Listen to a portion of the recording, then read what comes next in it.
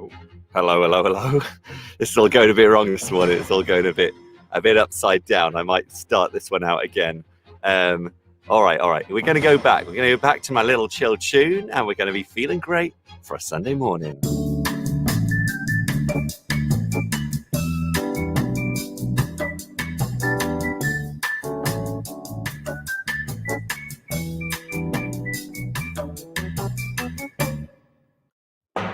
Live from London, this is the Sunday Brunch with Graham Columb on Teachers Talk Radio. Hello. It is the Sunday Brunch with me, Graham Columb, on Teachers Talk Radio, your one-stop shop for talking about things that matter to you guys, the teachers of the world. We are talking today about school trips gone wrong. Okay, we've all been on them, surely. If anybody's had a perfect school trip, well, I'd like to hear from you too. But in the meantime, let's talk chaos. We are live from London. This is the Sunday Brunch with Graham Columb on Teachers Talk Radio. Tune in live on the Podbean app or desktop player. Just head over to www.podbean.com/LSW/TT Radio or search Teachers Talk Radio. Follow the hashtag TT Radio. Or just head to the site, people. ttradio.org is where you can find everything you need to know about Teachers Talk Radio. Desperately need to update my little website addresses in there. Anyway, happy Sunday, everyone. Happy day of rest. I hope you're all chilling out and enjoying your Sunday mornings, soon to head into your Sunday afternoons. And I guess what I'm going to say, in contrast to that, what might stress you out a little bit is through our show today, we are talking about the school trips of the universe gone wrong. And of course, looking further into what makes these school trips be the way they are and why some types of trips go more crazy than others, what to do in those situations. Some of the experience you've had, do you think they'd still happen on a school trip today, or have things been put in place to help them, or are we kind of just going around in circles in this crazy world gone mad? If you've just tuned in, this is Graham Columb on Teachers Talk Radio on the Sunday Brunch. And welcome. I hope you're all doing great. And I'm looking forward to talking about the weird, wild, wonderful school trips you've all had and how they've gone so wrong. How did that happen? That's what we're talking about today, and it's going to be a bit of a laugh. I was actually pretty impressed to see the amount of responses and just the magnitude of wild trips that have gone on. I've got to say, I've got a story or two with some different versions. It's not always humorous. There's some that are a little bit tragic, some that not too tragic, but some that are a little bit a little bit heartwarming, maybe, I guess, bittersweet, all kinds of wild school trip stories that are going to come out on this show today. And we are back to school. We are back to school. We're well into it now. I feel like this week I crossed the threshold into just a bit of normality in school. You know, the chaos of the first few weeks is finally subsiding and routines are coming into play. Standard procedures are coming into play, and there was somewhat a feeling of normality and routine in my school, which I was really glad to feel. How are you guys doing in your return to school? Are you feeling some normality creeping back, even if it's a little bit? I was really glad, because it was getting pretty wild in my school. For the first kind of 2 weeks, I was not feeling up for it, I have to say. I was feeling very, very cynical indeed about the whole thing. But in the last week, things have petered out a little bit. I've gotten a little bit on top of my marking. I'm getting my lessons done. I'm starting to hear readers, which was a big stress for me, not hearing my readers. Being a primary school teacher, you want to hear your readers. So I'm glad to say it's going a bit more normal. How are you guys as you're getting into the new term? Are you feeling a bit of normality, or is it still fraying at the edges, spinning a little bit out of control? I hope that's not the case. But wherever you are, I hope you can wind down and enjoy a little bit of your Sunday morning into your afternoon with me on Teachers Talk Radio, as we kind of hopefully put the stresses of life to the side for a moment and talk about some things that might make us laugh, kick back and have a good time. Of course, as we go through the show, you will have some Teachers Talk Radio news from the wonderful news team, always cutting the cutting the edge of the news, on the cutting edge of the news. Maybe they're cutting edges too. Smooth out the edges of the world news. Thank you, Teachers Talk Radio team. We'll have Graham Shame, which is a regular slot for me. Not themed though. I did rack my brains for a school trip related Graham Shame, and I couldn't think of one where I'd horrendously botched anything on a school trip. So it's not themed. However, to be honest, on thinking about this show, where essentially I asked the world, what have been your worst school trips? And they have responded in kind. Um, I've realized I kind of outsourced Graham Shame this week. I've kind of gone to everyone's shame, and I've just used that for this week. So thank you, world, for sharing your shame with me, and allowing me to share it thus on Teachers Talk Radio. In the news lately, of course, there's been a big one this week, hasn't there? There's been a big one in the news. Gavin Williamson, your best bud, the guy who's looked out for you. If you're a UK teacher, Gavin Williamson was supposed to be the captain of your ship. He was more like, I guess, what are the people that I don't know, a drunken pirate, I guess, swabbing the deck or falling overboard. I don't know. This week he was fed to the sharks. And what can I do with this metaphor? I don't know. Let's run with it. More like a hole in the boat, Khalil says in the comments. I agree. It was catastrophe from beginning to end. It's a funny one, though. Whenever there's a switch, we had Michael Gove, and that was hell, and there was a switch, and we all, at that point, I guess I would say I was a bit more naive, and we rejoiced. Well, hey, he was gone. Ding dong, the witch is dead. Then in came, was it Nikki Hughes at the time, and I thought, right, I'm up for this. She seems like she might be all right. She was pretty rubbish. And then in came Gavin Williamson. I was like, all right, I'm fearing a pattern here. And yes, the pattern continued with another rubbish, clueless person who really has no idea what he's talking about, just with big opinions. That seems to be all they care about these days, isn't it? Big opinions. Got a big opinion? Come into the government. Head of department. Why not? You confident enough to lie blatantly to cameras? You got a job. Step on board the HMS Boris. I don't know. So anyway, he's been chucked overboard now, and we have somebody else in place. I have to be honest, I don't know the name of the person, and I'm not sorry about it. I have no interest now, because I know whoever it is, it's going to be. I'm sorry, I'm so cynical. I don't know it's going to be bad, but I fear it. And after past events, I feel a little bit like we just got a turning carousel of non-experienced people who say big words and don't really get stuff done, take credit for stuff when it is not the case. They create an image of education to the public that is not true of education on the ground. And that divide will always be a point of contention, I think, for teachers and the public. And there'll be this friction until we get someone who kind of wants to fuse those in a positive way and go, look, this is what's going on in classrooms. This is what's going on. This is how you can help us. Let's see about how we can help each other. This is the reality of it. Until that happens, until they stop just trying to blow their own trumpet at the cost of our health and our profession, it's going to be bad. And so, I'm open to a better leader. Let's do this. Let's get a captain on board, and let's sail this ship into the sunny horizons. Because at the moment we've been hanging about rocks. What do you say? We've been not wrecked. We haven't been wrecked. We've been landlocked. What, I don't know what the phrase is. Anyway, my metaphor is not working. I clearly don't have the sea vocabulary to pull it off. But anyway, I'm up for positive change. I'm not convinced it's going to happen. I would rather just turn the whole thing upside down and get the Green Party or Labour or whatever, anyone to come in, as long as it's not led by Nigel Farage. Any opposite thing. Oh, it's all very political. It's all very political. I was in the cinema earlier this week watching Shang-Chi, one of the latest Marvel movies. Very excited to see that. And that was all good. I'm not going to talk about that. Before the movie, there was an advert for teaching, and there was a Get Into Teaching ad. Have you guys seen it? That's what I want to ask, whether you've seen the latest Get Into Teaching ad. Maybe there's a range of them. I'm kind of hoping there's a range of them, because if this is the only one, I'm disappointed. I've got to be honest. It was your standard, look at this young white male talking to lots of people, imparting his knowledge, talking, children through their behavior in the corridor, and at the end of the day, looking to the sunset, feeling all great about how he'd affected the world. Get into teaching, change your life.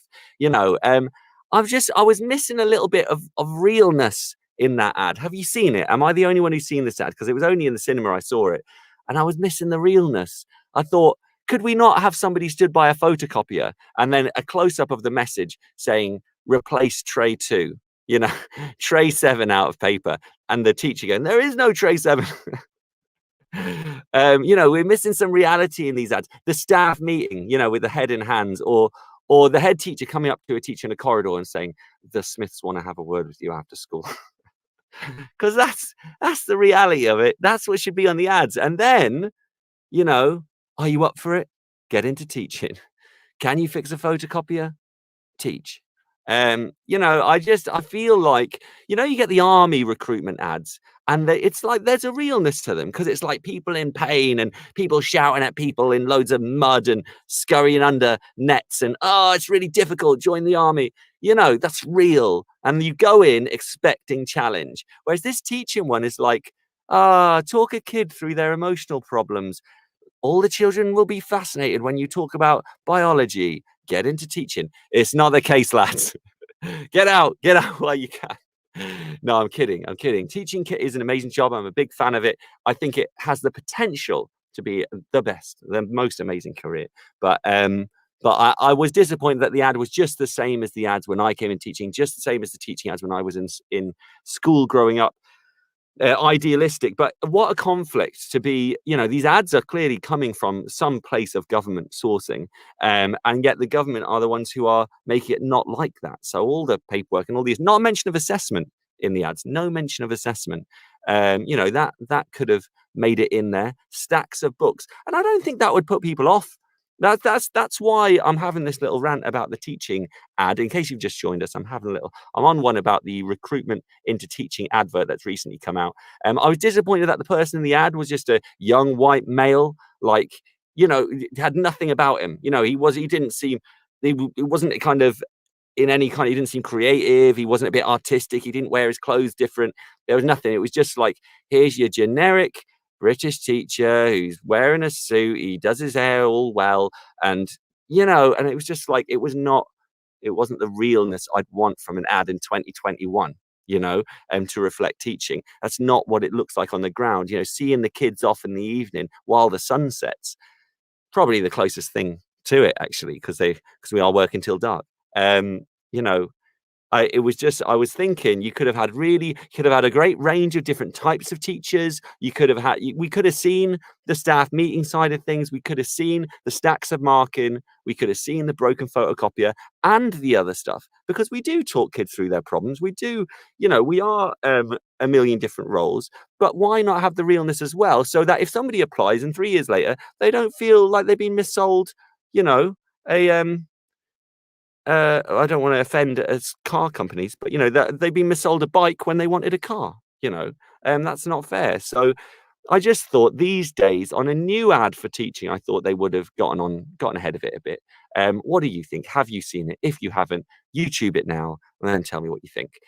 Get into teaching. I think it's all about. It's a little goatee-ified guy in the trailer, same guy through the trailer, generally teaching and talking kids through problems. But what can I say? Send me to the production department of the teaching ads. I reckon I'd make a good one. I do. Send me your ideas for teaching ads. Maybe that could be next week's theme. We could talk through how to recruit teachers in a more honest and wholesome way, in which teachers will come into the job bringing their best, but also expecting the reality of what we have here on the ground, boots on the ground, in teaching. So there we are. We have a change of Gavin's gone. All good. Yes. Can't say I celebrate that kind of stuff. I'm just hoping we have a step in the right direction, but don't expect it. We have our new ad for teaching, which is exactly the same as all the other ads for teaching you've ever seen. And the last thing I say about the ad is I was wondering who's it appealing to in terms of characteristically. And I could only think, with them knowing what teaching is really like, to make an ad like that, they are going for the people who are going to kind of put themselves last. They're going in, do it for the kids. And before you know it, their mental health is out the window. They're not managing themselves. Their life is spiraling. Come on. Look after yourselves, teachers. It doesn't need to be like that. Don't balance yourselves. That was not being promoted. There wasn't one scene of the teacher with his friends having a laugh. There could have been that. There could have been at the end of the week, sat in a bar, having a laugh through his little stories. Oh, you wouldn't believe, what happened next. La, la, la, la. I could write the script. I'll be writing these ads, people. Send me the person who makes the teacher ads, because we need to show the whole picture. Anyway, welcome to the Sunday Brunch with me, Graham Column. Today we are talking through school trip nightmares. If you've been on a school trip and it's gone horrendously wrong, I want to hear from you. Even if it's gone a little bit wrong. Or if you heard myths of past school trips. That's a few of mine are those. They're like legends in the school of, do you remember the trip to so-and-so, or when we used to go to this place and how out of control it was? What was with, in the past, people would they'd go on school trips for a week or whatever. They'd go on residentials. And one of these happened when I was in secondary schools. And the thought of it now is just mind-blowing. On the day when they travel home, tell me if you remember trips like this. So you've done a week in a place, rock climbing, gorge walking, abseiling, all that kind of stuff. Very intense week. On the journey home, the teachers decide, let's stop somewhere random and just like have a mad bit of a trip. In my experience, it was an ice rink. I remember we were away for a week. Then they were like, let's stop at the ice rink on the way home. And me, and we're talking probably 50, 60 other kids, because it was a secondary school year. Not everybody went, but it was still a large amount. There were 2 buses, so it could be more. Skidding around an ice rink, what do you think happened? So this is one of my horror stories of a school trip. What, of course, happened at the end of an incredibly long week where we've been doing all kinds of crazy stuff? The teachers think, let's stop at that ice rink. What could possibly go wrong? Let's do that before we get back to school and send them all for an early bed and to collapse for a few days over the weekend. What do you guess happened at the ice rink? There's only one thing that can happen bad when you're told it's in an ice rink and it involves a ton of kids. What happened? Guesses are open. You can comment. If you're listening to Teachers Talk Radio right now, get onto Podbean, you can comment or you can call in. What do you think happened at the ice rink? In fact, what would be a good episode for the future would be a what happens next in the context of teaching. I guess that's kind of what this episode is going to be. What happened at the ice rink? Well, I'll tell you what happened. All right. Brace yourself. So we're all skating around. I was rubbish, so I wasn't involved in this. I was just kind of clinging to the edge of the ice rink, as I traditionally do, probably even now if I was in an ice rink, cling to the edge while walking on the skates. Middle of the area. The kids who are having a laugh, right? They're dashing forwards and backwards across the ice rink, right? You know those ones. They're confident, maybe overconfident, showing off to the other people in the class. One falls, and there is another overconfident kid coming adjacent to the child who falls.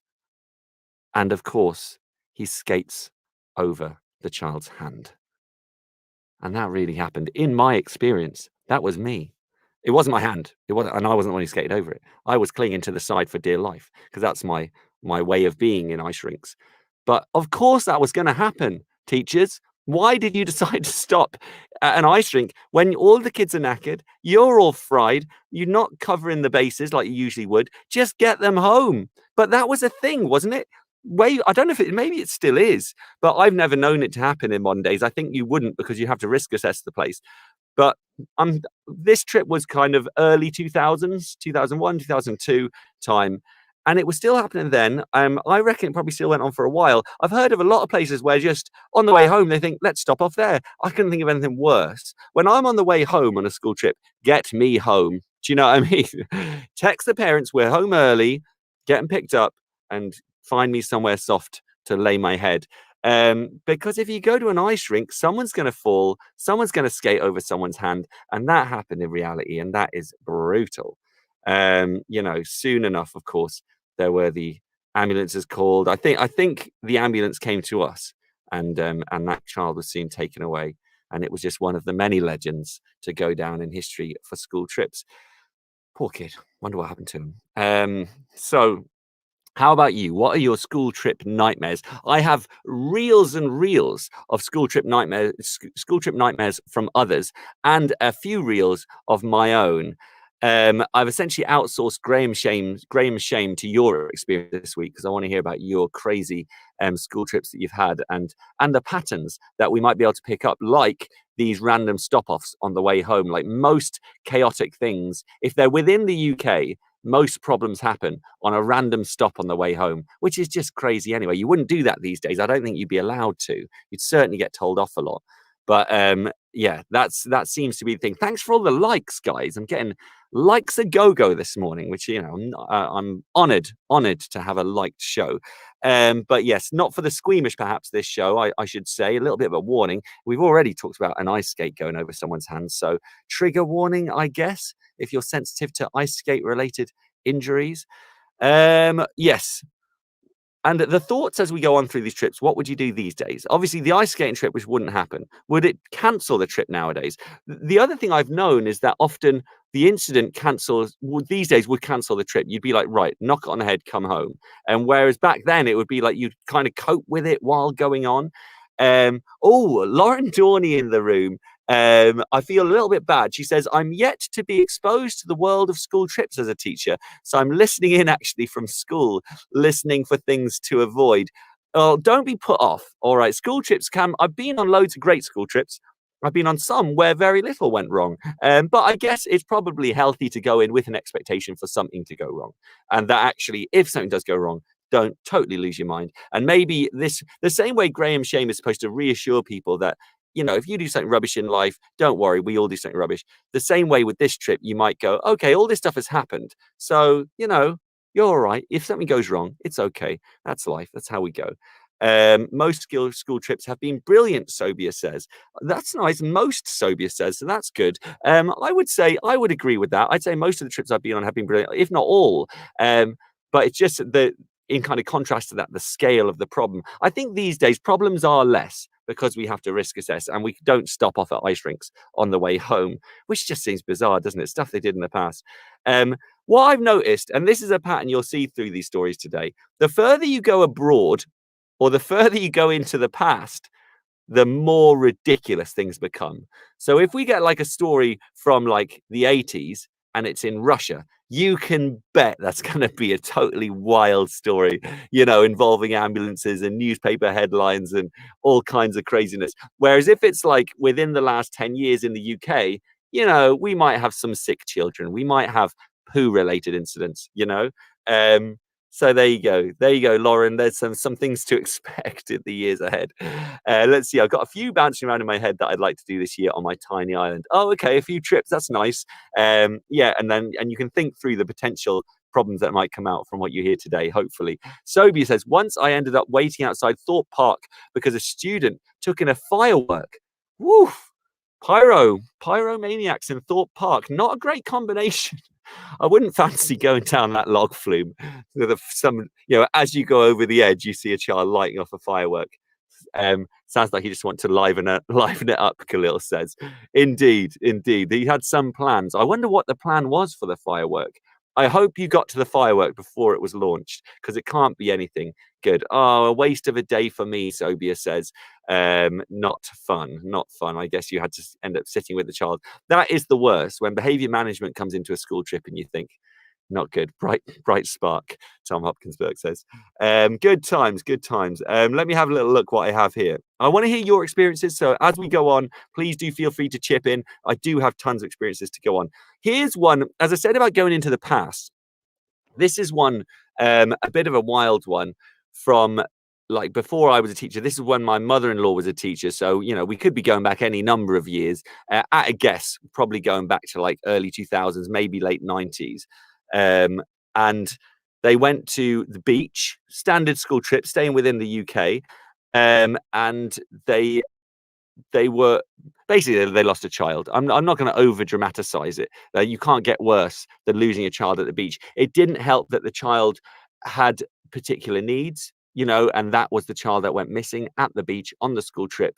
By the end of the day, they found the child, thankfully, and they got home all okay. But you know, that is not an unknown. That's happened in the past. I have to say, I've never lost a child on my own school trip. Khalil says I once got lost on a school ski trip.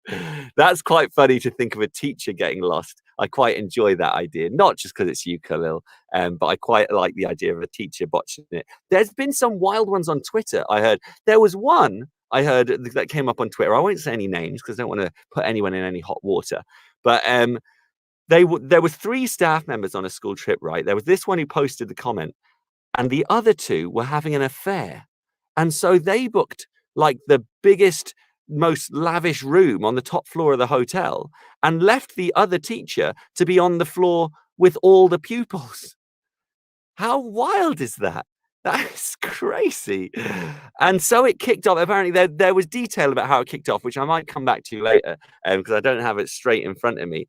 But it kept escalating. This trip, it started with the affair, and they were booking this trip. Let me see if I can find it, because it deserves its own. It deserves its own telling here. Hold on. You know what? I'm gonna have a little holder while I find this, because it deserves a readout. Hold on, it's too good to be missed.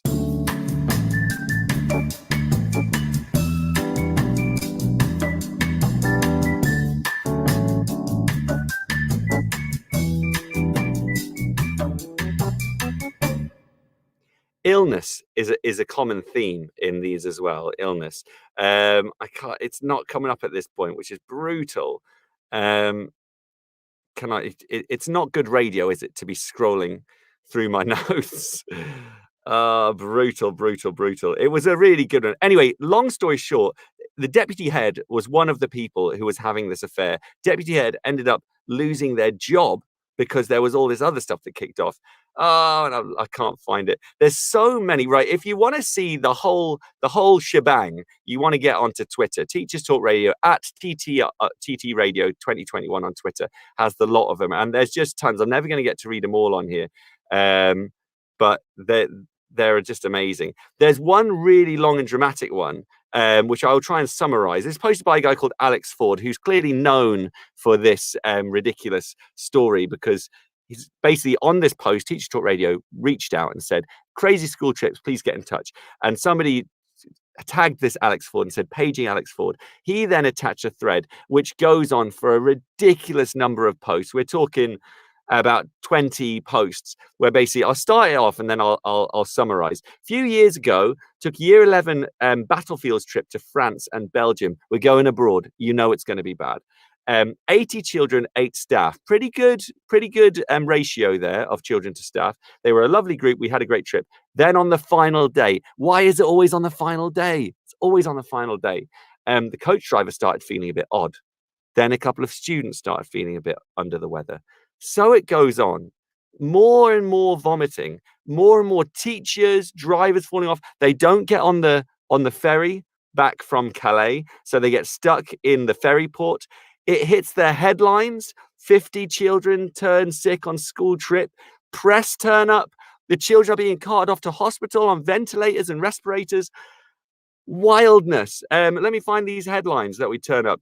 50 rushed to hospitals as school trip hit by food poisoning.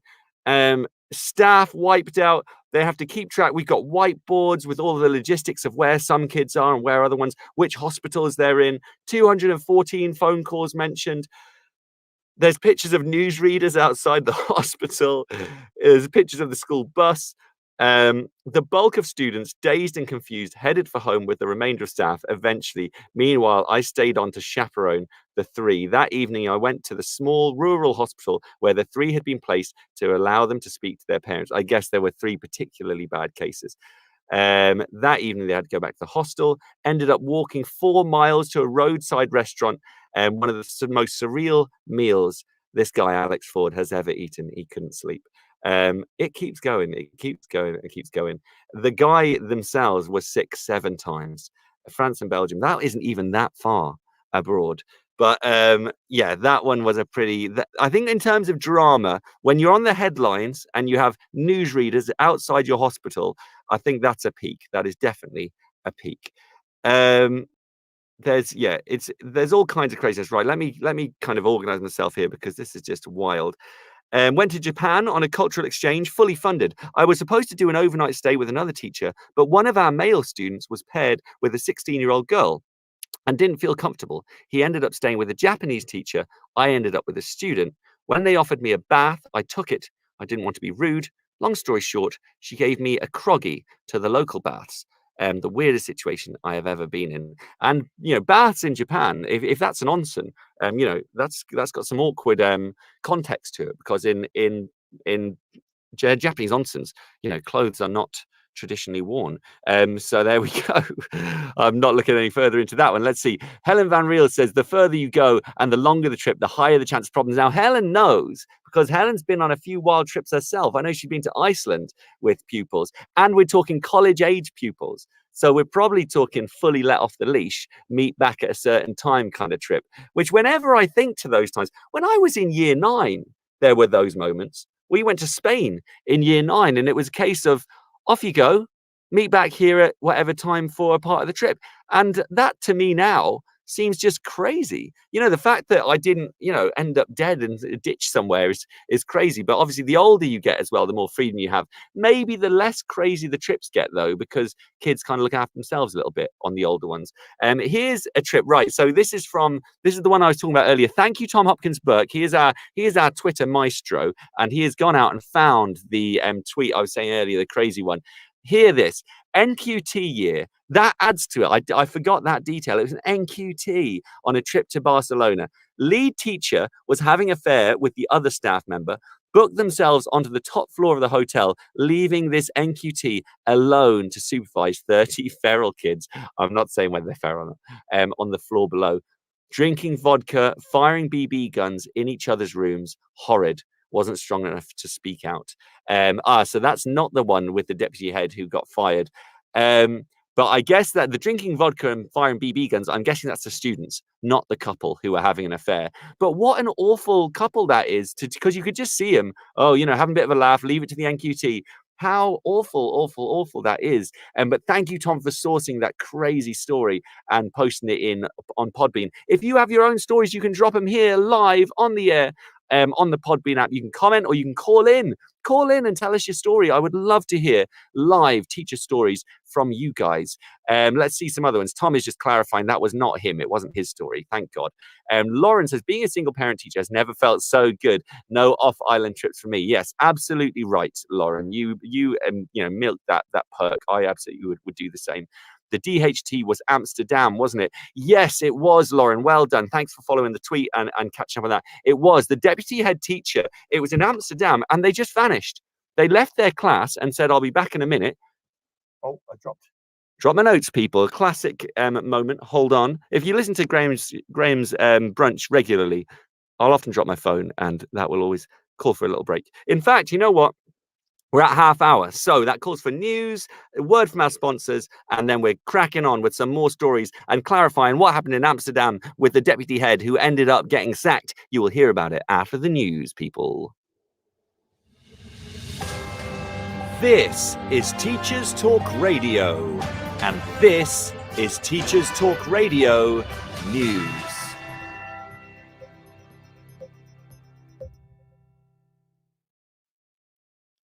Following the recent reshuffle, an opinion piece on the Sutton Trust website explores the lack of socio-economic diversity amongst the new cabinet. The piece highlights the fact that whilst Boris Johnson's cabinet have a record number of ministers from ethnic minority backgrounds, they still remain unrepresentative of the country in other ways. The piece highlights that 60% of the new cabinet attended an independent school, whilst only about 7% of the general population attend one. Just under half of the cabinet attended either Oxford or Cambridge, giving the new cabinet a very similar set of educational experiences. The piece considers how a lack of diversity of perspective means a government can miss important issues. Whilst politicians have responsibility for education policy, including the state school system, it seems they have limited experience of the systems themselves. Whilst the piece also comments positively on the government's focus on improving vocational qualifications, it remains concerned that the Cabinet is far removed from this part of the education system. The piece concludes with the view that any child born today in the UK should have a fair shot at becoming a Cabinet Minister, but also holds the view that the latest reshuffle suggests that we are still some distance away from achieving this. The Times list of top-ranking universities has been published today, with many media outlets reporting that neither of the UK's most prestigious universities, Oxford and Cambridge, are at the top. The top spot has instead gone to the University of St Andrews, Scotland's oldest university. Oxford and Cambridge are ranked second and third on the list respectively, but lag behind St Andrews in key areas such as student satisfaction and degree completion rates. Full details of the list can be found on the Times Good University Guide. And finally, as government announces changes to travel rules, many press outlets are featuring details of the school holidays for this academic year. With many families keen to have a break after a long period of disruption and restrictions due to the pandemic, parents and carers are being advised to check holiday dates closely if they're considering a break in the autumn and winter, or if they are looking ahead to next summer. This has been your Teachers Talk Radio Weekend News.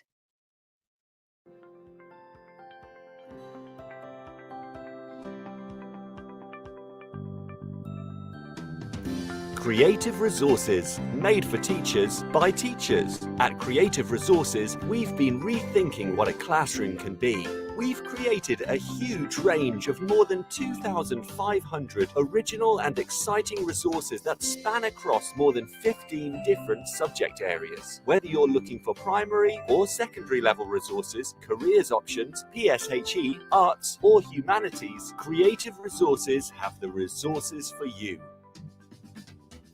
We offer full curriculum packages and unique, challenging escape rooms themed on topics such as Shakespeare, Tudors, and fractions. We have quizzes, task cards, Tarsier puzzles, and lots more. Better still, more than 100 resources can be accessed for free. Just visit our website, www.cre8tiveresources.com. You can get 10% off any order you make on our website by using the discount code TT Radio. Creative resources made for teachers by teachers.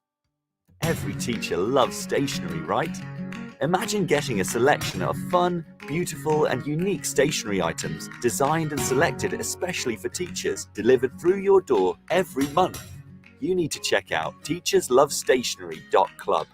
I'm always so excited when the box arrives. It's such a treat. My Teachers Love Stationery Club box is just a little treat to myself every month. It's always full of delightful and surprising items, including some really good quality stationery brands like Faber-Castell and Stabilo. And because you never know what you're going to get, it makes it even more fun and special when you get it. It feels really great to be supporting a family business that's run by real teachers. I can't help feeling like they just know what I'm going to enjoy using stationery-wise better than I do myself. Visit teacherslovestationery.club and enter the code TT Radio when you buy your first stationery box to save £2 today. teacherslovestationery.club. Live from London, this is the Sunday Brunch with Graham Columb on Teachers Talk Radio. Yup. We are on the Sunday Brunch talking about school trips gone wrong. Does any school trip ever go right? We are talking about when you go abroad or when you stay domestic. On the trip, does your bus catch fire? Do you lose a child? Is there a sick takeover which ends up calling in newspapers and newsreaders and ambulances? Live from London, this is the Sunday Brunch with Graham Columb on Teachers Talk Radio. Tune in live on the Podbean app or desktop player. Just head over to www.podbean.com/LSW/TT Radio or search Teachers Talk Radio. Follow the hashtag TT Radio. And look, I'd like to reassure children or parents listening, if that ever happens, and I doubt it does very much, that these are very much stories of the past. On my recent school trips, the kind of the biggest problems have been things like kid getting injured, a kid getting sick, things like that. But really, in terms of the ice skating over someone's hand and things like that are, I would say, pretty much not going to happen these days, because you wouldn't stop at an ice rink randomly, without much forethought or choosing how to manage your adults and all that. It wouldn't be possible these days because now we got all our risk assessing things. So don't worry. Those of you who are starting now, who are going to hear a lot of horror stories in the next hour, don't panic. These are stories of the past. Here's a good one, though. As I was alluding to it earlier, Tom Hopkins' book has gone and sourced the story itself.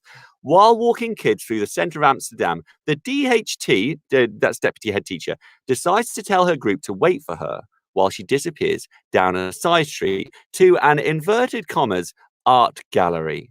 Now, listen, this is in Amsterdam, so there are possibilities of where this deputy head teacher is going. I, perhaps tamely, was assuming an inverted commas cafe. If you've been to Amsterdam, you'll know what I'm talking about. I thought that would be the place, but now I'm reading it live on the air. I think maybe it's worse. Maybe it's implying some kind of profession that wouldn't go on here in the UK, or not legally anyway. I don't know. Anyway, the DHT deputy head disappeared. I found them standing there. This is the kids. Some minutes later, we were late to catch the coach. Took them to the coach. It gets worse. My head of department made the difficult call to drive off, leaving the deputy head in Amsterdam as we had a ferry to catch. I was an NQT, scared very much, in case she blamed me for taking her group and leaving her there. However, the head teacher backed this NQT and the head of department, and the deputy head teacher left that year. Whoo! What went down in Amsterdam? If you're that head teacher, call in live to Teachers Talk Radio. I want to hear from you. I want to hear what happened in Amsterdam. I have my suspicions. And actually, they heightened recently. I'm hoping it was a cafe. I'm hoping you popped into a cafe. You thought, I can't visit Amsterdam without having the cafe experience. You lost track of time, which is understandable if it was a legitimate, hardcore cafe, and that's all it was. Tell me it was just that. Track down this deputy head teacher, people. Let's get him on the air. My guest this week is Shame Deputy Head. The fun we could have on this show, the fun we could have. Who knows? Maybe they'll call in later, people. It is Teachers Talk Radio. It is a live platform. You can call in if you wish to share your stories of wild school trips. If not, I will be reciting some of my own and others. Here's one that I heard. My wife is also a teacher. She told me this story from her own school. I don't know if it's a friend of a friend type of thing, whether it's her own immediate experience. But there was this is a hard one to stomach, so brace yourselves. Not for squeamishness, just the harshness of it. So there was a reward school trip, to a theme park, and it was particularly for SEND children who'd been struggling through the year. They've been working extra hard, so they wanted to put on this reward trip. They hit the motorway. Traffic. There must have been an accident, because they ended up spending the entire day in traffic on the motorway with these poor SEND kids who must have worked so hard and so deserved this reward, and then they had to turn around and come home. And I just could not imagine the parents and the school and the fallout of that trip, and just the cost of and the guilt of the teachers who just want these kids to get their reward and have a good time. You can't do it again, can you? That's what I was thinking. You can't reschedule it and go, right, we'll do it next week. So much goes into these trips and so much planning and time and cost. You can't just do another one. So that was a bad one. Which, to be fair with that one, that could happen these days. That could happen to any of us, anytime when we do these school trips. Certainly if it's a single day. Spent the entire time in traffic, then turned around and came home. Oh, brutal. My own experience in my own school, there was a school trip where the bus broke down. The door smashed on a bus. Now, I don't know how that occurs on the motorway. I can only imagine they hit something, or maybe an animal flew into it or something. But the door of the bus smashed, so they had to pull onto the hard shoulder of a motorway, and they couldn't have the kids in the bus because of the glass and stuff. So they have 30 children, I think they were year 3s, lined up by the side of a motorway on a hard shoulder, waiting for the AA or whichever assistance to come and fix the bus door. Oof! I've got to say, I don't know that I'd be tempted to be get us home. Do you know what I mean? I don't know if I guess they probably didn't have a choice. It's probably protocol. They had to pull over and they had to get it fixed. But I'd kind of be please, just get us home. We'll travel with glass. Do you know what I mean? Or I'll go over and stand in front of the glass, put a wet towel on it, put one of those signs over the glass like they do in Tesco when there's a spillage. and just get us home. But anyway, they ended up on the side of the road for a long time. So that was a pretty harsh one. A personal story, the next one, before I head back to the wealth of tweets, and really you should head to the Teachers Talk Radio Twitter, because I'm never going to, there's hundreds on there. The last time I checked, there were 61 responses and counting.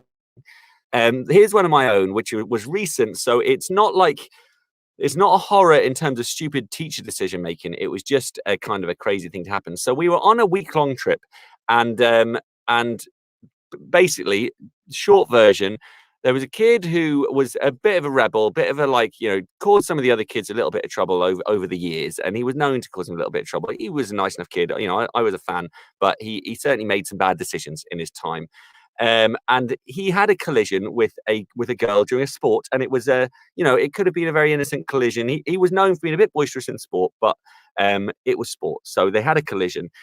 She goes to the ground, ankle in hands, very much in pain, intense tears, serious injury. You go over, you test for a little, is it bad? Is it bad? All the indicators are saying it was bad, because I was the one there with her, and I was saying kind of, can you do this? And it was, oh, no, okay, right. How about if I do this? No, oh, right, okay, this is serious. So take the girl who's injured and the boy who kind of had the collision, take those both off for a moment, have somebody else watch my group.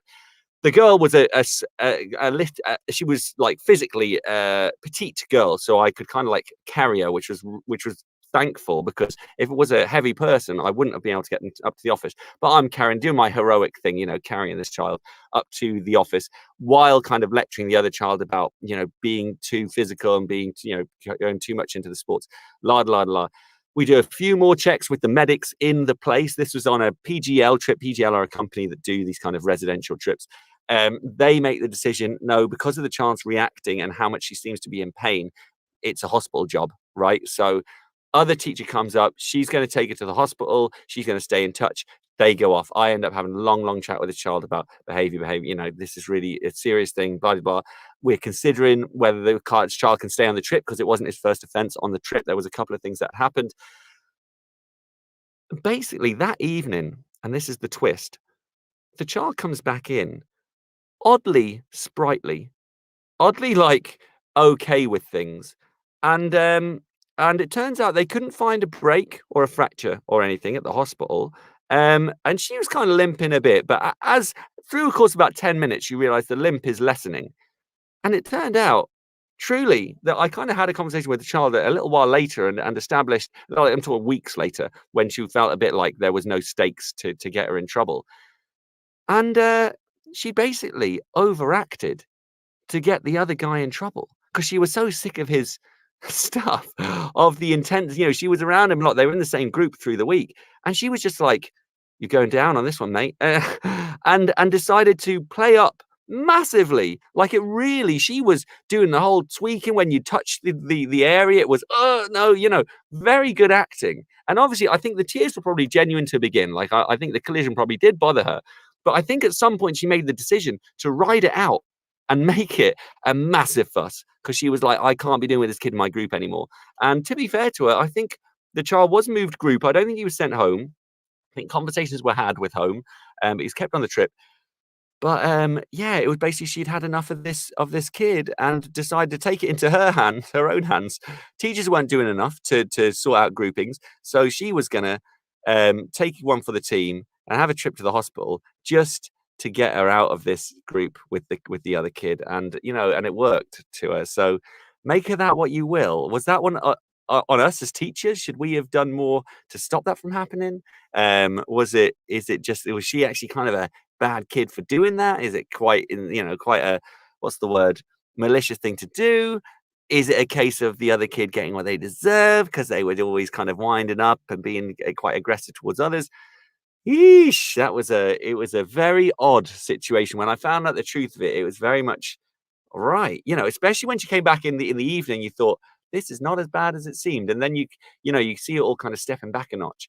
There's a bit of a weird one. The false broken bone to get another child in trouble. That one I've only ever had once. But that's another one that could happen today. A risk assessment would not see to that one. And then the last of my own experience stories before we head back to Twitter, and this one's quite a funny one. So this is quite a standard situation, I think. If you're on a big motorway where you can't stop and there's no services, M25, our school is near the M25. Kid needs a toilet on the way back from the O2. Child needs the toilet, and there is no stop in sight. So teachers, having a little bit of stress. The head teacher was on this trip, thankfully, I guess. They make the decision to kind of have this child into a private area of the bus. There's no toilet on the bus, and they give him a bottle because he needs to go to the toilet.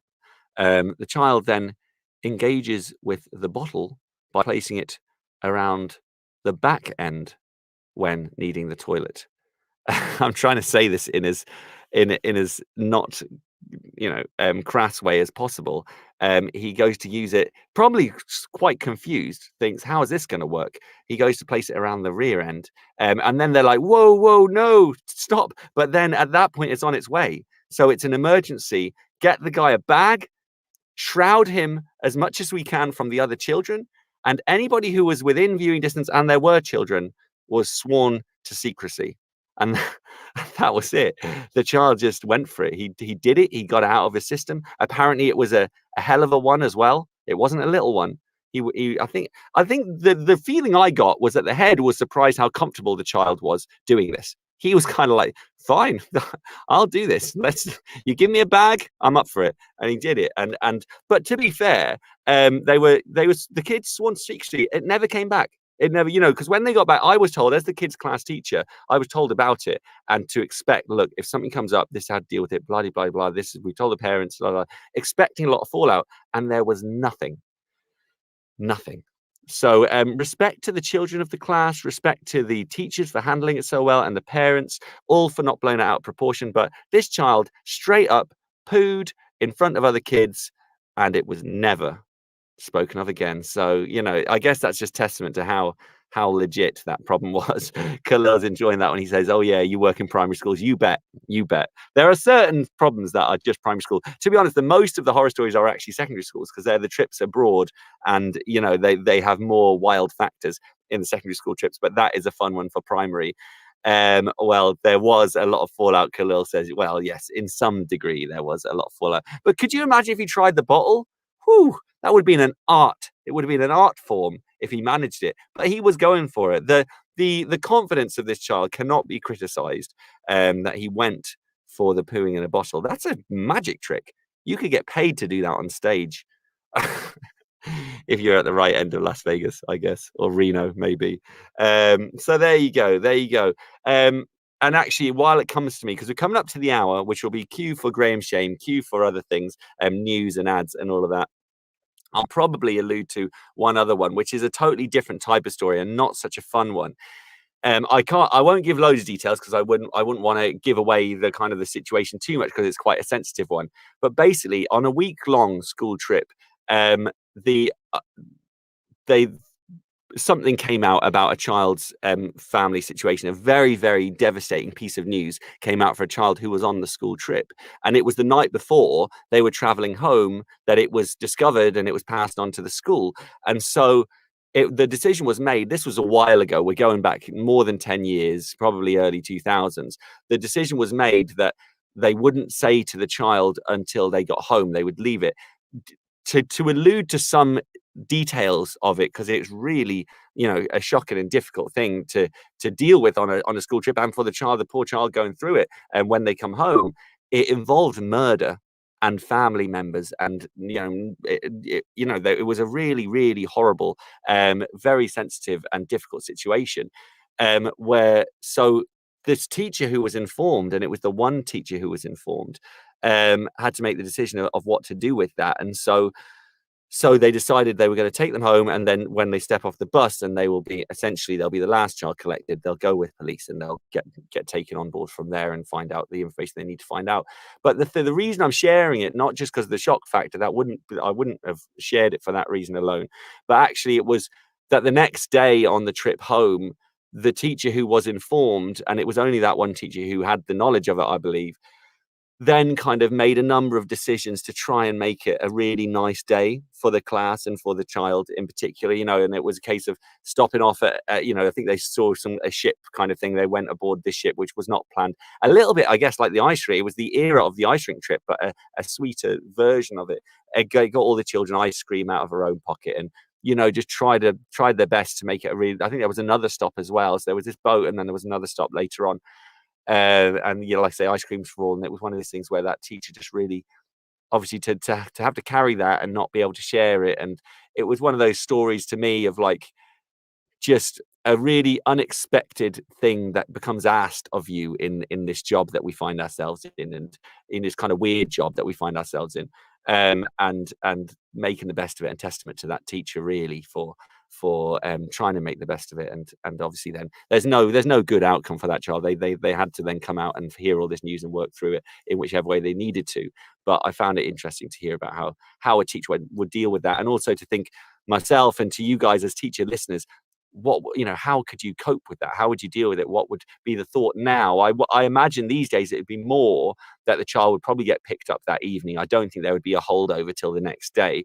I imagine it would probably be straight away. That child would sit with the teacher until somebody comes to collect them, and it would go from there. I just think that's the way the modern world would deal with it.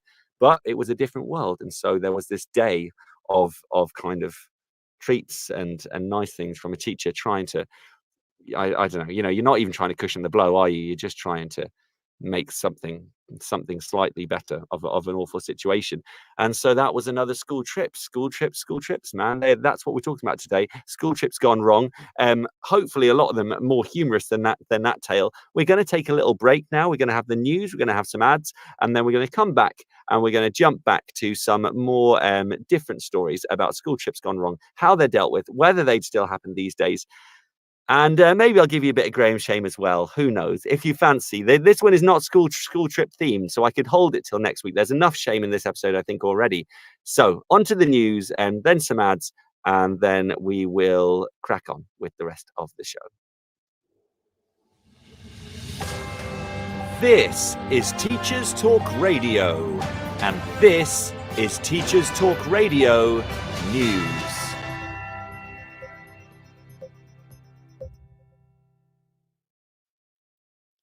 Following the recent reshuffle, an opinion piece on the Sutton Trust website explores the lack of socio-economic diversity amongst the new cabinet.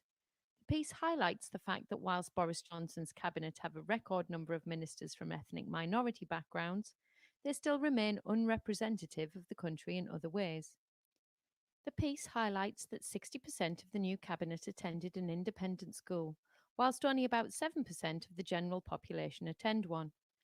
Just under half of the cabinet attended either Oxford or Cambridge, giving the new cabinet a very similar set of educational experiences. The piece considers how a lack of diversity of perspective means a government can miss important issues. Whilst politicians have responsibility for education policy, including the state school system, it seems they have limited experience of the systems themselves. Whilst the piece also comments positively on the government's focus on improving vocational qualifications, it remains concerned that the Cabinet is far removed from this part of the education system. The piece concludes with the view that any child born today in the UK should have a fair shot at becoming a Cabinet Minister, but also holds the view that the latest reshuffle suggests that we are still some distance away from achieving this. The Times list of top-ranking universities has been published today, with many media outlets reporting that neither of the UK's most prestigious universities, Oxford and Cambridge, are at the top. The top spot has instead gone to the University of St Andrews, Scotland's oldest university. Oxford and Cambridge are ranked second and third on the list respectively, but lag behind St Andrews in key areas such as student satisfaction and degree completion rates. Full details of the list can be found on the Times Good University Guide. And finally, as government announces changes to travel rules, many press outlets are featuring details of the school holidays for this academic year. With many families keen to have a break after a long period of disruption and restrictions due to the pandemic, parents and carers are being advised to check holiday dates closely if they're considering a break in the autumn and winter, or if they are looking ahead to next summer. This has been your Teachers Talk Radio Weekend News. Need support with your phonics teaching? Did you know Oxford University Press now has 3 DFE validated programs to help you? Read Write Inc Phonics, Floppy's Phonics, and the brand new Essential Letters and Sounds. Essential Letters and Sounds will get all your children reading well, quickly, using phonics books you may already have in your classroom. Developed by the Knowledge Schools Trust English Hub, it's affordable, easy to use, and makes teaching phonics with letters and sounds more effective. Whatever your school's phonics needs, Oxford has the solution. To find out more and receive support from your expert local educational consultant, visit oxfordprimary.com/phonics. Every teacher loves stationery, right? Imagine getting a selection of fun, beautiful, and unique stationery items designed and selected especially for teachers, delivered through your door every month. You need to check out teacherslovestationery.club. I'm always so excited when the box arrives. It's such a treat. My Teachers Love Stationery Club box is just a little treat to myself every month. It's always full of delightful and surprising items, including some really good quality stationery brands like Faber-Castell and Stabilo. And because you never know what you're going to get, it makes it even more fun and special when you get it. It feels really great to be supporting a family business that's run by real teachers. I can't help feeling like they just know what I'm going to enjoy using stationery-wise better than I do myself. Visit teacherslovestationery.club and enter the code TTRadio when you buy your first stationery box to save £2 today. teacherslovestationery.club.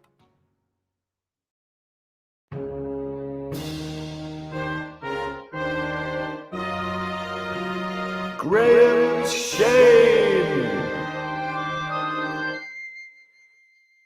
I told a lie. I actually have recalled a Graham Shame I can do, which is school trip related. I actually had it written down here and I haven't gotten through it yet. So there is one last Graham's school trip tale. It's not too dramatic or crazy, but it's one I can kind of palm off as a themed Graham Shame this week. If you haven't listened to the Sunday Brunch with Graham column before, every week I like to do a little segment called Graham Shame.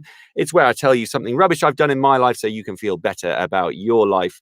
If you have done something similar, then we can connect and go, great, we are not alone in this world. We are both silly people, and go on knowing that we've connected and related to someone else. If you have not done this in your life, then you can simply enjoy my my poor decision making and move on gladly with your own lack of poor decision making.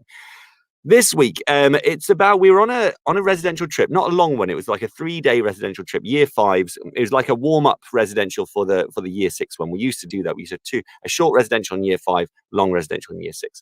And it started, so before we went on this trip, this was my second year of teaching, and I'd gone on the trip the first year, and then the second year I thought, it'd be cool to like teach acoustic guitar songs to the kids, so we could like sing around the campfire and get that whole kind of, I'd done Camp America when I was younger, and so I guess I was trying to bring that kind of vibe of music and calm, sitting around campfire. A lot of these kids didn't have that experience in their life, so I thought we could bring that, and that could be a thing I could do, a bit of a unique kind of skill of my own to bring to their trip experience. It'd be nice, maybe overconfidently. But so in the months coming up to the trip, or weeks coming up to the trip, I taught them a couple of songs in class. We'd gotten to know a few of them, and that was all good. Now, on the evening of the trip, we'd booked to have this campfire made, and the staff were going to make up the campfire. Some of the kids started getting sick, and it wasn't loads of them. One kid was getting sick, so we're like, right, he was having to go home. We were right near to the normal school area, so we could call parents. This kid's going to have to go home. We had him kind of sat with a staff member. Then another kid goes to get sick, so we have to have them sat, and they're getting sick regularly. It must have been food poison or something. But this one is like, I always remember the vision of this one sat in the square between all the tents where they were staying. This kid like sat on the floor. It's the most saddest sight I ever saw in my life. This kid sat like cross-legged, essentially just throwing up in a pile in front of them. And then the other kid sat in the little building also throwing up. And it was awful. But all the while, we're trying to manage the other like 58 kids or however many there were 2 classes, and trying to keep it all good because they had this campfire going. And the campfire was way like over smoking. And the guitar I hadn't thought of, but basically it was out of tune. I'd left it in my tent. It was a hot day. It had knocked the guitar out of tune, and I didn't bring my tuner or anything. I just brought the guitar in the case because I was trying to minimize the things I was bringing. So I had this out of tune guitar, smoke just blowing in all of our faces and the kids' faces. 2 kids throwing up beside us, and I'm trying to get them to sing these like naff campfire songs, while really like the sound was horrendous. It was so out of tune. The guitar, it's probably the most out of tune, and I tuned it like the day before. It gone wildly out of tune, and whenever I think of it, it's like the most David Brent moment, I think, in my whole teaching career. It's the most cringeworthy moment because I was so like, come on, join in, kids. And there was not one. There was like the one maybe enthusiastic, nice kid who was just being polite and was like, this teacher's a noob. He's having a terrible time. Let's try and sing along. But I was really trying. I was like, this is the moment. We've been practicing songs for this. Sing along. And then all the smoke, like making half of them cry. There's the other kids who are crying because they think we're all going to get sick. And then there's the actual kids who are getting sick. Oh, it was bad. That was a low point in my teaching career, and like I said, a very David Brent moment. But I'm glad we can look back and I can laugh at it now. And one of the co-teachers who was on the trip often brings it up to my shame.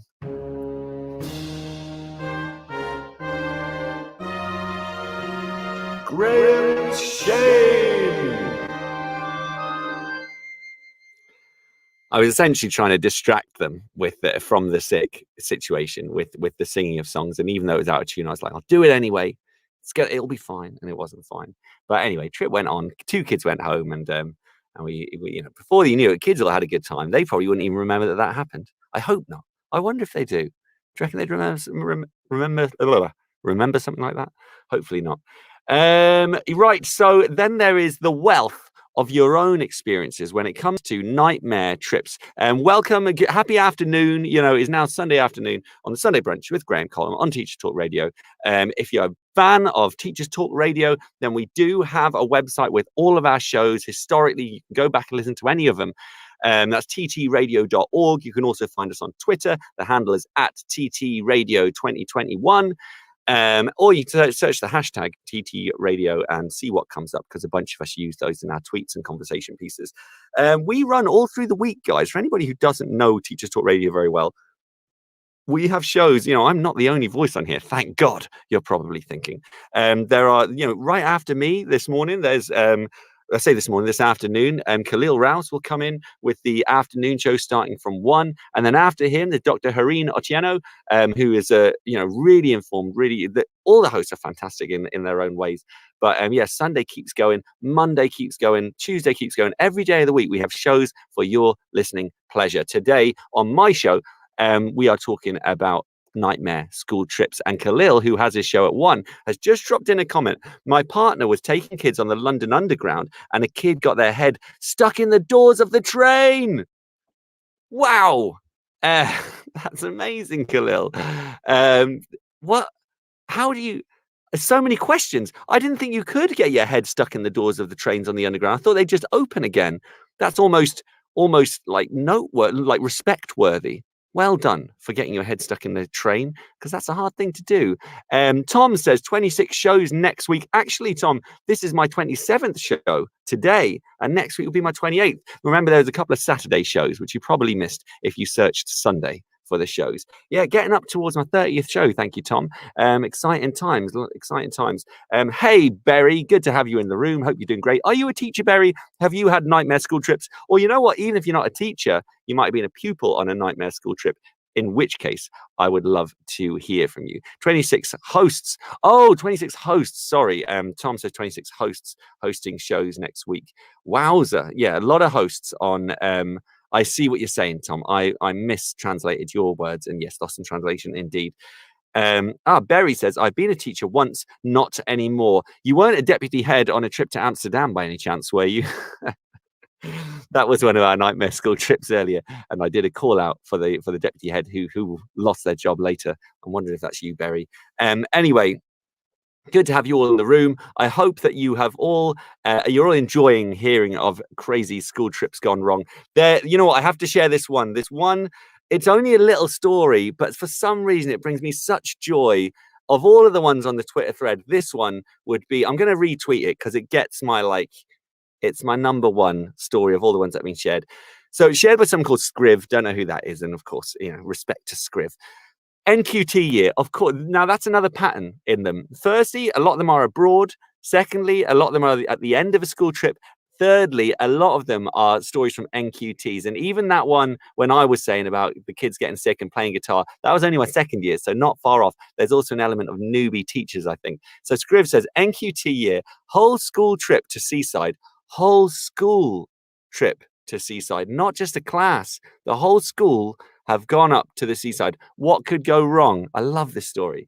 Deprived area with few having seen the sea. So that's nice. You know, you've done this trip. You think you might as well get the whole school to have this experience they might not otherwise have. And you can just imagine the plans.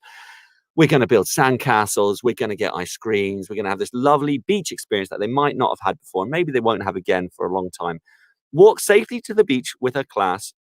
On arrival at the sand, the whole class got so excited they ran into the sea. I'm just going to let that one sit for a moment. I just want you to envision and just imagine the emotional state of a teacher on your NQT year, and you're managing this class, probably your first school trip. And within moments of arriving, the kids get so excited, they run straight, flat into the sea. That is an amazing tale. It's short, sweet, but God, what I can empathize from that, like the amount I can sympathize. I can't really understand, but I can feel sorry for you. Because there's no going back. They're in the sea. You know, you know what? To a certain degree, I kind of hope, and I imagine it probably was, because what else can you do? I hope that we just kind of, after that, you just go, all right then, enjoy. Do you know what I mean? Like, you might get stuck in, lads. You know, give them at least 20 minutes. Just kick it in the sea. We'll sort out your clothes later. We'll worry about drying off later. I hope it's a sunny day. But if you made it to the sea, lads, don't tell them off. Just kick it. Just have a swim, lads. Enjoy. Look for a crab. Do you know what I mean? Love that one, Scriv. Special props to you. I'm hitting retweet now because this is my favorite story. On all the stories we have. There are far more dramatic stories, and there are far more complex stories, and far more scary stories. But that one is a beaut. There's stories of there's actually a number of stories of coaches being on fire. I got to say, I've never experienced a coach being on fire. That's not something I want to experience, but it would be an exciting one. You could just imagine the hype from children at the back of the coach when they realize it is, in fact, on fire. I've just remembered I've got one last little ad file to play. One last word from our sponsors. It's only a short word. And then we're going to come back and get into the last of these trips, see what we can pull out from the school trips, and enjoy some of these last nightmares other teachers have gone through. Last advert set for you guys. Need support with your phonics teaching? Did you know Oxford University Press now has 3 DFE validated programs to help you? Read Write Ink Phonics, Floppy's Phonics, and the brand new Essential Letters and Sounds. Essential Letters and Sounds will get all your children reading well, quickly, using phonics books you may already have in your classroom. Developed by the Knowledge Schools Trust English Hub, it's affordable, easy to use, and makes teaching phonics with letters and sounds more effective. Whatever your school's phonics needs, Oxford has the solution. To find out more and receive support from your expert local educational consultant, visit oxfordprimary.com/phonics. So there we are. I'm just currently reading a tale on Twitter about a trip to Morocco. There's a trip to Morocco, and it is an episode and a half. But again, the further you go abroad, or the further into the past these stories are, the more ridiculous they seem to be. This one is Morocco, half-term 2014. Now, I do have a personal problem with trips being during half-term, because what are those teachers? Where's those teachers? You know, well, they're not being valued, are they? They're working through the half term, not just working on a school trip. I know it's nice to go abroad, but, you know, it's not exactly a chilled holiday when you've got kids the whole time. So this person was drafted in to help out staff because another teacher pulled out. Firstly, coach arrives late. They're going to Stansted. They didn't have much leeway in the timetable, so they're a bit nervous. Well, there's your first error. Joe, who posted this, get leeway in your timetable. Don't leave it close. You know what's going to happen if you leave it close. They arrive with little time. They staff hold the luggage and they're trying to cram in their shampoos and everything. End up buying check-in hold bags to do the kids over at the, to sort out the luggage. There was too much luggage or whatever. Additional problem: one of the boarding passes is missing. So one of the tickets, the girl is very upset. Staff are stressed. Frantic phone calls. Miraculously, they're let through. They had a little time. They couldn't run to the gate at Stansted, so they had to insist the girls go straight there while they have to wait for the train and only stop if absolutely necessary. The girls go, and instead of rushing to get onto the train, they go and buy nail varnish in Boots. The rest of them are now stressed. Oh my. Two girls don't make it before they close the gate. Oh Lord, so two girls did not make the trip. Teacher 4 will also be staying with them to try and catch a later flight. We're on the plane and can see them at the gate. So on the plane, you can see the kids who didn't make the trip. And they will not let them on board, despite that they're all basically 1 meter apart. Only trip leader. So there's people near to the people who are going on the trip are like 1 meter apart from the ones who cannot go on the trip, and they're not letting them through. Lordy. And the NQT teacher on this plane looked utterly shocked. Classic. Got to have an NQT in these stories. If there's not an NQT, have you even been on a school trip? Turns out one of the bags for toiletries, so they talked about those earlier, was checked in under one of the girls' names plus the teacher's bag. So we sit for 50 minutes while they find and remove the bags. Of course, kids on the plane now hysterical. We arrive in Morocco, meet the tour guide. He explains clearly that our leader, who's a guy, is not comfortable taking the other 2 staff and will only be dealing with him. Oh, so the old, obviously culturally, there's some genders might be received in different ways, but anyway, the group leader is only comfortable with the males, so he's not taking the females. We're a bit frustrated, but we reckon we can manage. So the female teachers are left to their own devices, and it just keeps going. It keeps going. It keeps going. It keeps going. We arrive in Sahara and find our tents. That night, we have 4 kids throwing up. I'm just skimming here. Camel ride day. The sound of kids throwing up off a camel was not lovely. And so it goes on. That's Joe's thread on the Teachers Talk Radio. Sorry, it's Joe's response on the Teachers Talk Radio thread. 17-hour drive to Berlin. This is a different trip. Again, going far, it's going to be bad. Travel sick year 10, vomited 6 times between school and the motorway. That was on 3 miles, one of which was in my lap. That's from Sasha W. History. Sasha, were you in NQT at the time? Because I feel like you probably were, with luck like that. Oh, here's another one. Rebecca Ricketts comments, breaking my leg on the last day of the school ski trip. Now, Khalil said earlier he got lost on a school ski trip. Rebecca broke her leg on a school ski trip, followed by a 24-hour coach journey while in plaster from toe to thigh. But my finest teacher moment. You're a hero, Rebecca, and you deserve all the respect we can pay you. Breaking your leg on a school trip. I have to say, I've known another teacher who stepped through a nail on a school trip and had to, I don't know if they went to hospital or what, but it was like first thing in the morning on a residential, they just stepped straight onto a nail and it went absolutely through the foot. So I think they did end up going to hospital. But teacher injuries, I've got to say, there's nothing more embarrassing. I've not to this day, touch wood and everything. Where's something wood? There it is. To this day, I haven't had an injury on a trip. I almost had a panic attack in a tunneling activity because I did all the normal tunneling fine. But there was one bit they were like, oh, this is a really hard bit. Only do it if you feel confident. And up to that point, I did feel confident. I was at the back of the group with year 5 kids they were. And I thought, this is fine. And I'm a really, really tall person, particularly lanky, particularly long legs. And basically, we went through this place. They call it the squeeze. And I thought I was actually stuck. And when in your head mentally, I just almost had like a totally unreasonable meltdown. And I felt myself going. I felt myself thinking when you can't see past it and you're like, this is it. I don't know what's going to happen. I'm going to be stuck here forever. I don't know what I was thinking, but I was about to have a meltdown. And this kid in front of me who was leading me, I was at the back of the group, as apparently responsible adults should be. He gave me a little tip here and there. He got me through it. And I've said to him a few times, I was super grateful for how much he helped me through that tunneling activity. But I don't think he'll ever really appreciate just how much He kind of saved my life in that moment. Like I was really going to lose my mind, and it was a touch and go moment. So thank you, Eddie, who was at school on that trip. You really did me out of some embarrassment. So Rebecca breaking her leg, Khalil getting lost. Good times for teachers. Let's have a look at some other ones. Returning from France with a group of year sevens. I had a good France college trip, but in college, it's free for all. I remember one point being in a bar, and it was a gay bar in the middle of France, and it was. But our teachers were there as well, and it was all one of these kind of like, it was a great time. We had a laugh, but it was one of these like, is this a bit odd being here with teachers?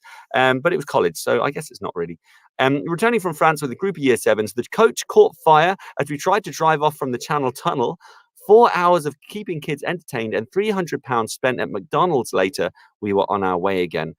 Fiery coaches. So many of these are fiery coaches. Wildness. Let's have a little look. A different one. RE Teach says, in high-profile HIV days, we brought a coach of year 5 and 6s through customs from France, decided to use our coach as a training coach for new customs officers. One child had a nosebleed. There was chaos. Then they never found the flick knife one of ours had bought. So I guess they checked everyone. They were losing their mind, but they never found a flick knife someone had bought. There's a lot of problems right there. There's a lot to talk about just in that small post. Here's this one. Sounds cute. What could go wrong here? Took kids to theatre in a minibus.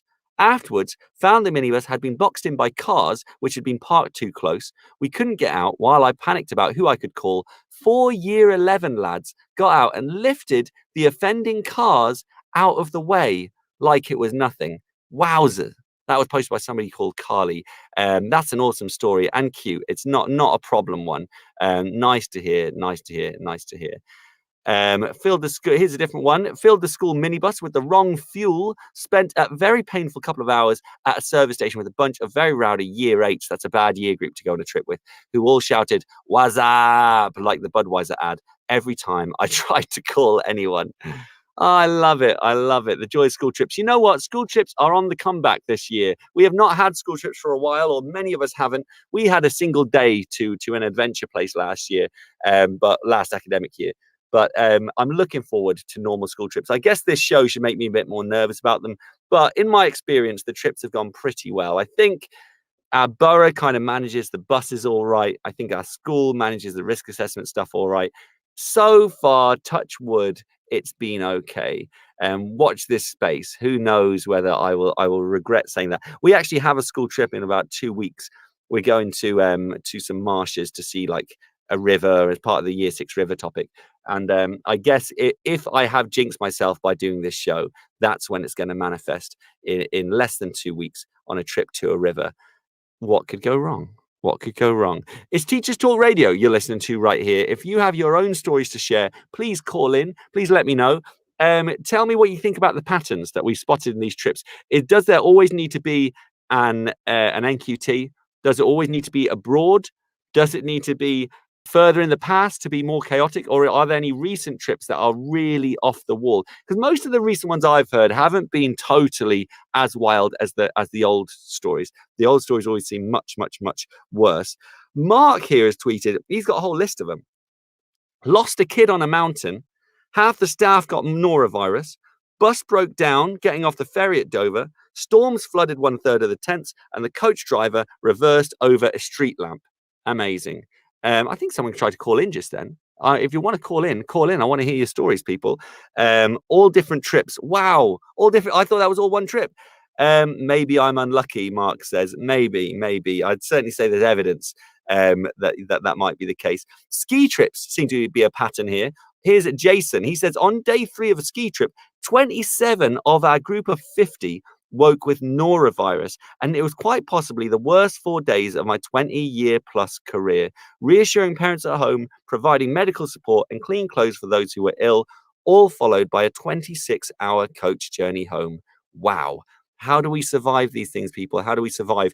I am still of the belief, though, and maybe this episode should go against this belief of mine, I'm still of the belief that risk assessing should not be done by teachers. I think that should be sourced by somebody in the council who, anytime a school wants to go on a trip somewhere, they let the council know, The council then risk assesses, and posts that risk assessment to the school or online or somewhere. So then all schools can access that. And also it would mean that for the same trip, all 15 different schools wouldn't have to do 15 different risk assessments. You could have one comprehensive, thorough, professional risk assessment from somebody who knows what they're doing, rather than teachers kind of half guessing what should be on a risk assessment, because it is a bit like that. I don't think PGCE training covers risk assessments very well, and I don't think schools often cover risk assessment training very well. It's always a bit like, oh, you probably know what you're doing, to the extent which now, staff coming into that don't know what they're doing and just kind of make the best of it as they go. So I think one, central risk assessment hub at your borough centre or your county kind of leader place, whoever pays you should be the people doing your risk assessments, and there is a single risk assessment or for a single type of trip. So if you're going on a 5-day trip to Poland, I wouldn't work with abroad because trips are so different every time you go. But if you go into an adventure centre that loads of schools go to, if you're going for the same amount of time as other schools would go to, then you can all use the same risk assessment. Like, why is that a bad idea? Well, the only thing that you should be able to edit is things related to individual kids in your year group. But you heard it here first. The future, when education, in like 40 years, when education gets better than it is now, and we have a change of government, then you will see risk assessment doesn't have to be the pain that it is right now. It doesn't have to be such a world of unknowns. There could be somebody who's trained to know what to look for and is efficient in putting together risk assessments. And they simply let us know the things we should be doing as we go. We can sign them off and say, yes, we can do those things. And here's some extra notes about individual kids in this context. That's what I'm saying. That's my solution to the school trip problem. We are heading right towards the end of the show. Angela Atziner has commented, Angela Atziner. Good to have you in the room, Angela. I hope you're having a great day and telling more people your name as you go about your day. Because, what better way to start your Sunday or finish your Sunday? Yes, indeed. I hope you've enjoyed hearing about the many, many school trips. I hope you feel better about your own life if you've been on some school trips that haven't been as terrible as the ones you've heard about today. Lauren, you said you had some school trips coming up and you haven't been on any yet.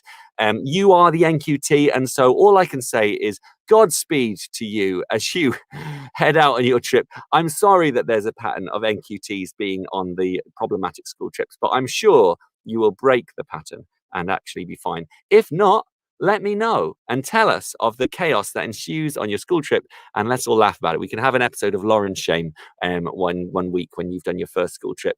Nothing wrong with that at all. Tom Rogers is in the room. Good to see you in here, Tom. Any school trip nightmares from you? I remember in uni, I went to Dublin with Tom Rogers, who is the lead of Teachers Talk Radio. He's the captain of the Teachers Talk Radio ship, a far better captain than Gavin Williamson ever was to begin. But that's not exactly high praise, I guess, because anyone, honestly, like a mole would be a better captain than Gavin Williamson was.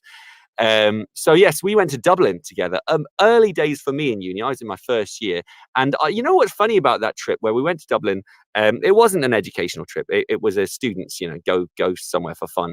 I remember on the way there, or when it was getting organised, and I didn't quite know if it was like a uni trip or not, because it was like organised by experienced pupils such as Tom Rogers. He says they were the days. Yes, indeed. Brilliant times. I remember thinking, like, is this a school trip? On the way, on the way there, because I think we got a coach to the ferry port. I remember speaking to a guy called Neil, and I remember thinking, is this a school trip? And it definitely wasn't. By the end of it, I knew it wasn't. Perhaps that was a point of growing up for me, a rite of passage to realize the Dublin trip was just people in Dublin going wild, and it was a wild trip. And Tom's remembering some of it. There was like 40 of us. Foxy and Lucy organised it. Yes, indeed. I'm sure we were on a coach, and that was it. That's why I was talking to Neil, because he was the organiser of it. Great trip, and it was for me as a new starter in uni, as a fresher, it educated me. Opened my eyes to the world of uni. So thank you, you experienced students at that time, taking me on what I thought was a school trip. It was definitely not a school trip, and it was wild times. Anyway, we are heading towards the end of the Sunday brunch with Graham Column. Sorry, I'm getting a little bit into my own and just talking to my mates now. That doesn't make for good radio, does it?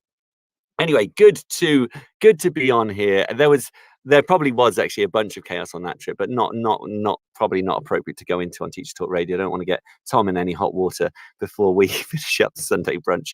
Coming up after me is Khalil Rouse at 1 o'clock, and he is an amazing host. I recommend you tune back in. He will always have you smiling and laughing and enjoying your Sunday afternoon. And then later, I think for 3 p.m., I might be wrong, there is Hareen Otieno, and she is an amazing host as well. Very, very informed and always has an amazing following, has like hundreds of listeners and chat and conversations. Very, very exciting on her shows. So stay tuned with Teachers Talk Radio, guys. I'm Graham Columb. If you want to get in touch with me and share some more wild stories, you can find me on Twitter on @GrahamColumnVO. And actually, I've recently gotten back into Facebook. I will hold my hands up and say, yes, I've been off it for a while. I was quite happy being off it. But actually, now I'm quite happy being on it, because it's nice to see people I know again. Twitter is like a bunch of people I don't know very well. Facebook is nice to see people from real life. Anyway, have a great rest of your Sunday. I hope you enjoyed hearing about the wildness of school trips. Thank you, Helen. You rock too, and you've made my world that you're now on this part of the Atlantic Ocean. Can't wait to see you soon. I hope you all have a great Sunday. Have a lovely one. Tom, we'll reminisce over Dublin another time and the other trips of chaos that surround us. Good luck with all your school trips this year, listeners. I hope you all do much better than half the ones we've heard about today. And yeah, enjoy. See you next week, guys. You've been listening to Teachers Talk Radio. Tune in live and listen back at ttradio.org. We look forward to hearing from you next time on Teachers Talk Radio.